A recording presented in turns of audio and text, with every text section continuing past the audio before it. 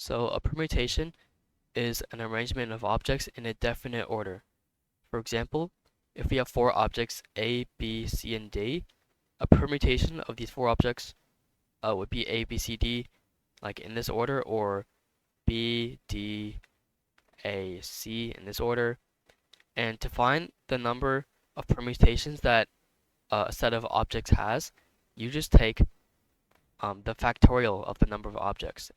And this is only assuming that all of the objects are different, so we don't have like two A's or like three C's or something. And since there's four objects here, we just take the factorial of that, so 4 factorial, which is 24. So that means if we have four objects A, B, C, and D, then that means there are 24 ways we can permute these group of objects, B, D, A, C, or like A, D, B, C, and a lot of other permutations. But if we only want to take a permutation that only includes three objects in here, for example, A, C, B, then the formula for this would be n factorial, where n is the number of objects in the group, over n minus r factorial.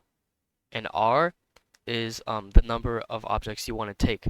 So in this example, n would be 4, as we discussed before, because there are four objects, over 4 minus, what is r? R is 3, because we want to take 3 objects from this group, factorial. And 4 factorial equals 24. And 4 minus 3 is just 1, and 1 factorial is 1, so we get 24.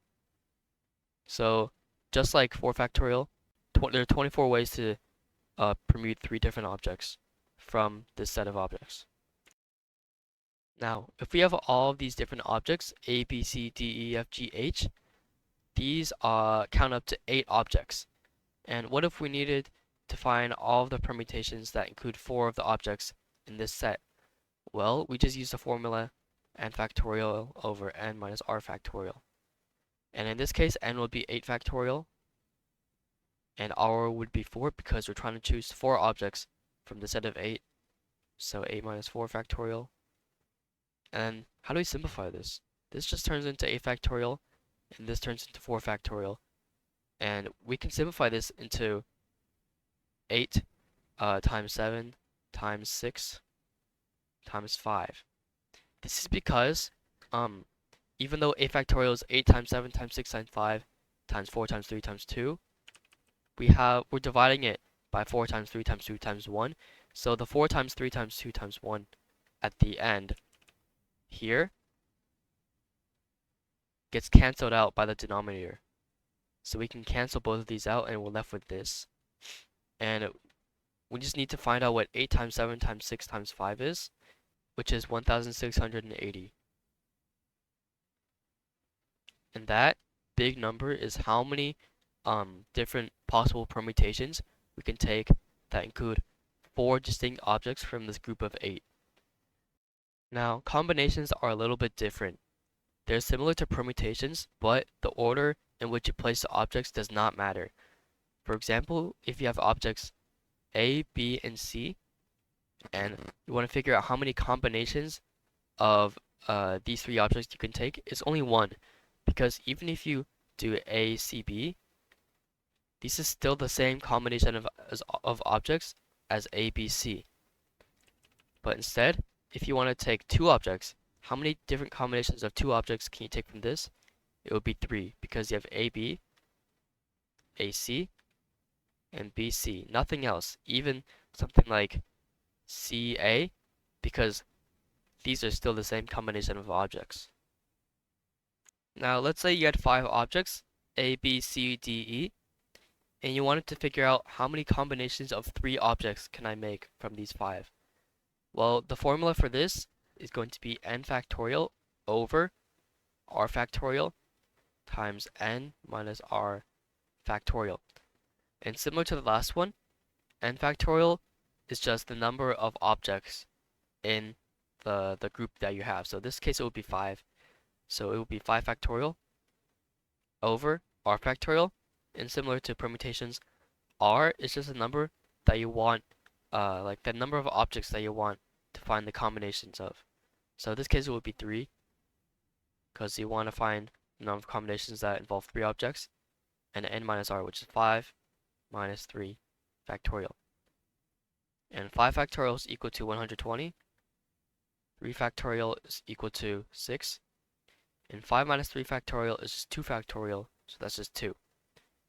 And this time we get 120 divided by 2, or 12, and this is 10. So the numbers in combinations are a lot smaller than permutations because the order in combinations does not matter. For example, here we have 5 objects, we need to choose 3. There's only 10 possible ways that you can do that. In permutations, the number will probably be a lot higher. Now let's get into this practice problem. If you think you know how to do this, then pause the video and try it. But this problem is kind of tricky. It says, given the word Monday, how many permutations of 4 letters can be made if at least one vowel must be used? Now, it says how many permutations, which means that the order in which you put the letters does matter. It can't just be like a collection of letters. The order has to matter. And at least one vowel must be used. And this is kind of tricky because you can't just do like 6 factorial over 6 minus 4 factorial. That will give you like all the possible permutations of 4 letters. But you have to figure out what permutations are valid that at least one vowel is used. And we can do this by first finding out the total amount of permutations that we don't care if it uses a vowel or not. So we just do 6 factorial over 6 minus 4 factorial, which is equal to 6 factorial over 2 factorial. And this is equal to 6 times 5 times 4 times 3. This is equal to 30 times 12, 360. And then we can figure out the number of permutations such that one vowel is not used, that there are no vowels. So, since there are 4 letters, and there are 4 vowels, and the vowels are O and A, we have 4 options. Let's do it like this. Split it into 4 slots. We have 4 options for the first slot. So let's write 4, indicating that we have 4 possible numbers here. For the second slot, we have 3, 2, and 1. And this just turns out to be 4 factorial because there's only 4 possible consonants, and we need to do 4 letters. So just 4 factorial, that works. It's equal to 24.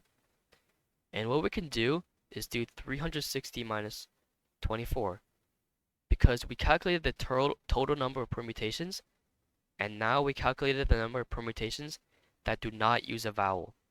So we just subtract the number of permutations that do not use a vowel, and we get the number of permutations that do include at least one value. So 360 minus 24, that is just equal to 336. And that is our answer. Let's do another practice problem. If you think you can do this one, then pause the video and try it. But this one's also kind of tricky. It says, how many ways can 12 people be divided into 3 equal groups? Now, since we know that there are 3 groups and they all are equal, we know that each group has 4 people exactly. So, let's see how many people can fit into one group. So 12 factorial, which is the number of people, and since the order of the people in the group does not matter, because in the end they'll all be in the same group, we're going to use the combination formula. 4 factorial times 12 minus 4 factorial. And this gives us how many people can fit into first group. Now let's find the second group. And since we took away 4 people, it's going to be 8 people now, so it's 8 factorial over 4 factorial times 8 minus 4 factorial. And then we do the same thing for the third group. Since we took away 4 again, we have 4 factorial times 4 factorial over 4 minus 4 factorial. And these are our 3 groups, and we multiply each of them by each other. And we do this because for each group, that group can have this number of second and third groups that like when you have this. So when you multiply all these together, you get a number, but This is assuming that the order of the groups matter, and it does not matter. This group can be made before any of the other groups, so you divide this whole thing by how many permutations that these three groups can have, which is just going to be 3 factorial. And you can plug all of this into your calculator, and you'll get 5,775. This is your answer. Now let's do another practice problem. This one asks, how many 4-digit numbers can be constructed so the digits are ascending left to right? Now this one is a little tricky because at first you might think you need to do some, you need to figure out how many permutations in total there are, and then you think you might need to do some trick to find out how many permutations there are such that the digits are ascending left to right, but you don't actually have to do that. What you can do is, we know that there are 9 digits, 1 to 9, not including 0, because 0 cannot be included, because if we have start with 1, then 0 cannot be the next number because the digits are ascending. And if we can't start with 0, because if you start with 0, that makes it a 3-digit number.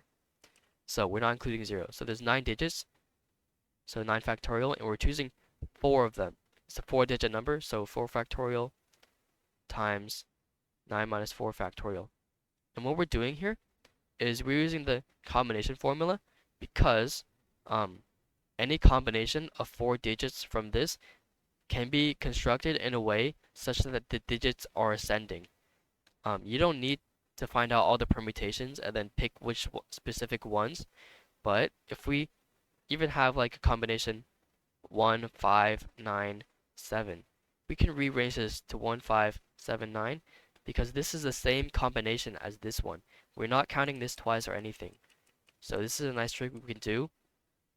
And then we get this equal to 9 factorial over 4 factorial times 5 factorial. And we get 9 times 8 times 7 times 6 times 4 times 3 times 2.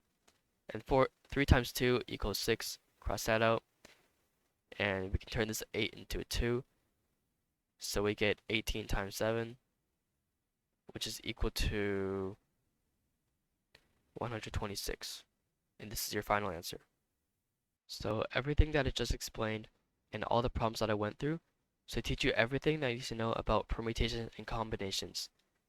Now, permutations and combinations, although they're really easy to understand at first, the problems can get really tricky and you need to know how to solve them very easily. What you can do to solve these problems is just to practice more of them and to notice some patterns when you're solving them. And if you don't know how to do something, just use your intuition. Don't try to depend on all of the formulas such as this formula or the permutation formula or anything else. Sometimes you can just count or use your intuition, and that's very helpful when solving these problems. So if you still don't understand this concept fully, then I would suggest rewatching the video or watching our video on factorials as well. And if you learned something from this video, please consider liking or subscribing. This helps us out a lot.